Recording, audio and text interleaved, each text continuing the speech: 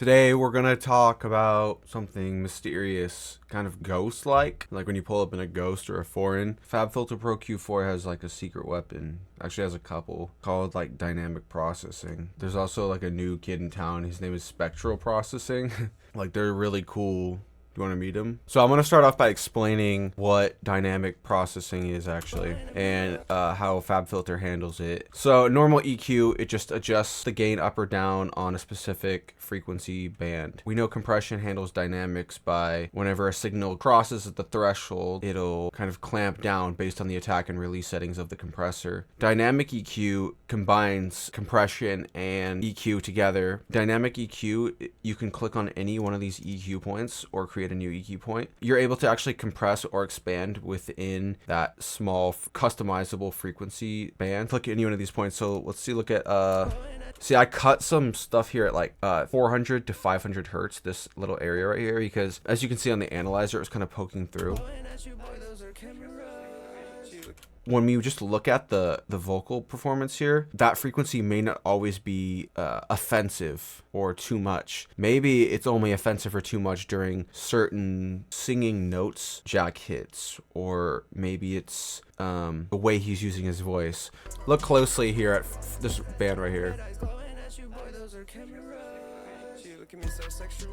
She look at me, want best of both. Look in the mirror, see best of both. Drugs in the bathroom at the restaurant. Talk about my. So let's say like you notice that frequency is poking out, and you already tried cutting some just straight EQ, cutting some gain out of it. The thing is, it might not be enough, and because when you cut more and you go to a different part of the vocal, it could sound thin. Like let's say we're cutting that frequency out there.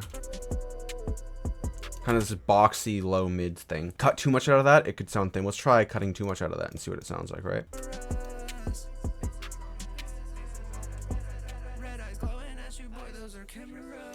When we cut that much, it sounds weird. It doesn't sound like natural, right? That frequency still could be poking out too much. So what do? Okay, this is when I reach for the dynamic EQ on a vocal. See, when you hover over it, it's kind of like a darker gray. That's the dynamic range ring. So if you click and hold and drag to the left, counterclockwise, you'll start reducing the dynamic range of that specific frequency band, right? So if I solo that, you can see it's like from 200 to 1000 hertz. So now it's going to be reducing the dynamic range there based on if the signal crosses a certain threshold, like a compressor. So it's automatically doing all that for you just when you adjust this band. So now if we just do like 4 decibels here, we can hear.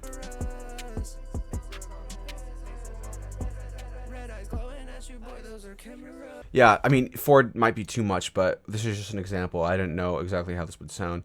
Let's try 2. So it's not only is this specific frequency bell, not only is it cutting 2 decibels from 400 hertz, 500 hertz, but it's also at the same time dynamically reducing 2 decibels from that same frequency area based on what's actually happening in your song in real time.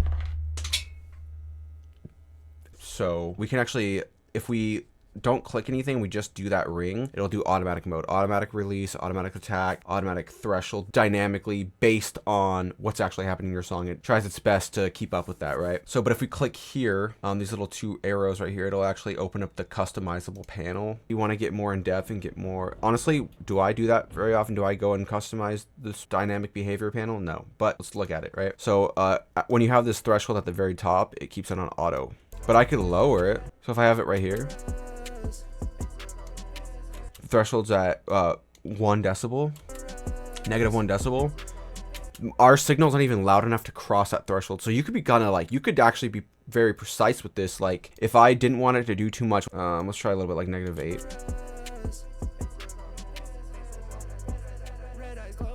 You can see it like move only when it crosses that threshold.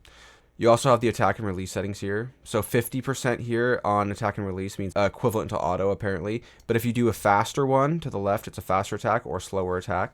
You can also do the same with the release. So I don't want to get too much into that, the specifics of that. Now you're kind of seeing how this would work. You could also raise the dynamic range of something by, instead of, you see here we're compressing it because it's negative 2 decibels. We could actually have it at plus 2 decibels. So when you have it expanding, I never do expand expansion, to be honest with you, and maybe I should learn. Wherever our threshold is, it'll actually increase the dynamic range of that when it crosses the threshold. Because when I have the band here at -3 where it's not even loud enough to trigger that threshold we have, it's not doing anything. But if I like lower it, let's make it like more dramatic. So I never use this, but why would you use this? Maybe you compress something. You really like the sound of a compressor. You compress a vocal. It's not multi-band. So you can't decide, oh, I don't want 1000 hertz to be compressed. No, the whole thing is compressed. So then you could use the expansion tool to kind of bring up dynamic range of the specific piece of it. Am I an expert on expansion? No. I do use this dynamic EQ thing a lot. You could also, let's say like you have some S sounds. Let's find an S sound in the voice. This is like 5000 hertz right here. Let's boost that. Right? We don't want that. But if we were just to cut that frequency out, it would like make it sound like let's say, okay, we know the 5000 hertz. Let's cut it 6 decibels. We don't. Perfect, bro. That's perfect. Then you go to play it. You're missing out on those high frequencies because you're kind of using this as like a de-esser, right? But it's not working that way when you just cut the frequencies out, right? So I'm sure you could think of plenty of examples where something sometimes sounds bad on a specific frequency and sometimes doesn't. That's like the simplest way I could put it. And that's how I like first like it clicked for me like, oh, I'm going to use this tool, right? So now I could do like a dynamic range of like 3.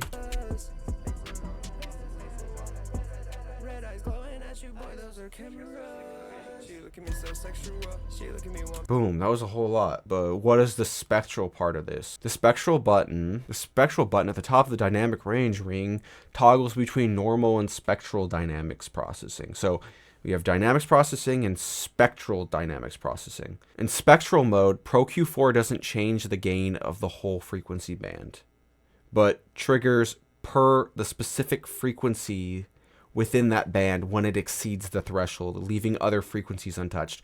So it's dynamic EQ, less broad, it's way more specific. Like we can turn the spectral, right? Now instead of in this little frequency area right here, 2.5K to 10K there, as you can see, instead of just the signal within that crossing a threshold and it compressing it dynamically, now with the spectral processing mode, it'll react to all of the specific little frequencies within that band when they cross a threshold. So like if specifically 2.2K hertz crosses the threshold, but 3000 doesn't, it's intelligent enough to understand that, versus the normal dynamics EQ doesn't care if within 3000 to 5000 hertz, whether 3.5000 and 4000 aren't actually at the same volume. It's like hyper specific dynamic EQ. See how it attacked very specific frequencies there versus without it? It's just like brute forcing it, right?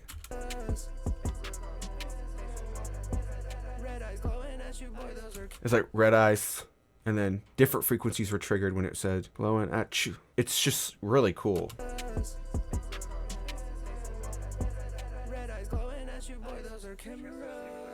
Also, another thing I fucking love about FabFilter is like how when you hover over anything, it explains it to you. Like it's just like the most like user-friendly quality thing. Like I think that's why I'm just obsessed. It's like classy, like mad chill. Spectral density, how selective the spectral processing. At lower values, the ranges that are triggered for frequencies will be relatively wide, so more broad. While at higher density values, the areas will be very narrow and specific. So like we can get super specific, like only get certain frequencies with 100% spectral density.